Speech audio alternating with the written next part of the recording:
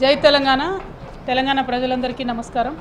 ఇవాళ తెలంగాణ రాష్ట్ర ప్రభుత్వం వాళ్ళు ఎన్నికైన తర్వాత మొదటిసారి పెట్టినటువంటి బడ్జెట్ని వినడం జరిగింది। ఇప్పటివరకు జనరల్గా ఓట్ ఆన్ అకౌంట్ బడ్జెట్లో పూర్తి స్థాయి కేటాయింపులు ఉండకపోయినప్పటికీ కొత్త ప్రభుత్వం కాబట్టి సంపూర్ణంగా వారి యొక్క విధి విధానాలను రేపు ఫ్యూచర్లో రాష్ట్రంలో ఈ వచ్చే 5 సంవత్సరాల కోసం మరి ఎటువంటి కార్యాచరణ చేపడతారు, ఈ ప్రభుత్వం యొక్క ఓవరాల్ దృక్పథం ఏంటి అని తెలిసేటటువంటి బడ్జెట్ కాబట్టి మేము చాలా ఆశించినాం।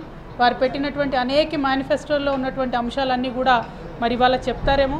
కేటాయింపులు ఇంపార్టెంట్ కాదు, కానీ వారి యొక్క అవుట్లుక్ ఎట్లా ఉంది, వారి యొక్క దృక్పథం ఎట్లుంది అనేటటువంటిది తెలుస్తుందని మేము అనుకున్నాం। ఉదాహరణకు చెప్పాలంటే మైనార్టీ సంక్షేమం విషయంలో బోలెడన్ని మాటలు ఇదివరకు వాళ్ళు మాట్లాడడం జరిగింది। ఇమాములు మౌజాన్లకు 10,000 ఇస్తాం, 12,000 ఇస్తామని చెప్పడం జరిగింది। సపరేట్గా పిల్లల కోసం తోఫే తాలీం అనే కార్యక్రమాలు పెడతామని మేనిఫెస్టోలో చెప్పడం జరిగింది। కానీ వాళ్ళ మొత్తం మైనారిటీ సంక్షేమం కేవలం ఒక పారాగ్రాఫ్లో క్లోజ్ చేసేసి 2,000 కోట్ల రూపాయలు ఇస్తున్నామని చెప్పడం జరిగింది।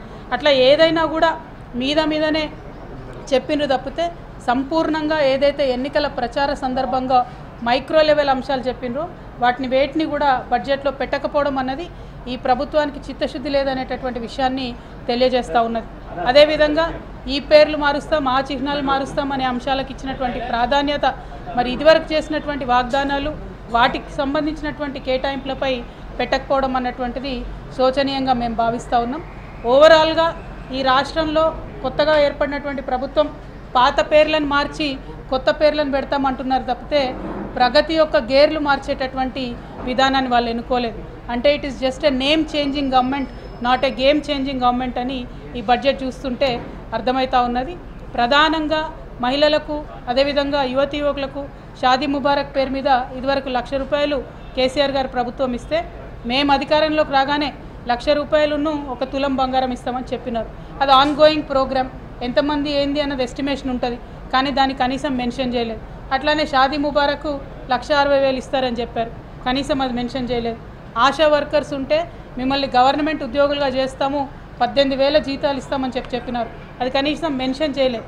కేటాయింపు చేయకపోయినా ఒక ప్రభుత్వం యొక్క కమిట్మెంట్ను చిత్తశుద్ధిని చెప్పేటటువంటి ఒక డాక్యుమెంట్గా బడ్జెట్ని చూస్తాం కాబట్టి మరి ఆ యొక్క ఈ బడ్జెట్ డాక్యుమెంట్లో ప్రభుత్వం యొక్క ఆ కమిట్మెంట్ లోపించిందని చెప్పి నేను భావిస్తూ ఉన్నాను।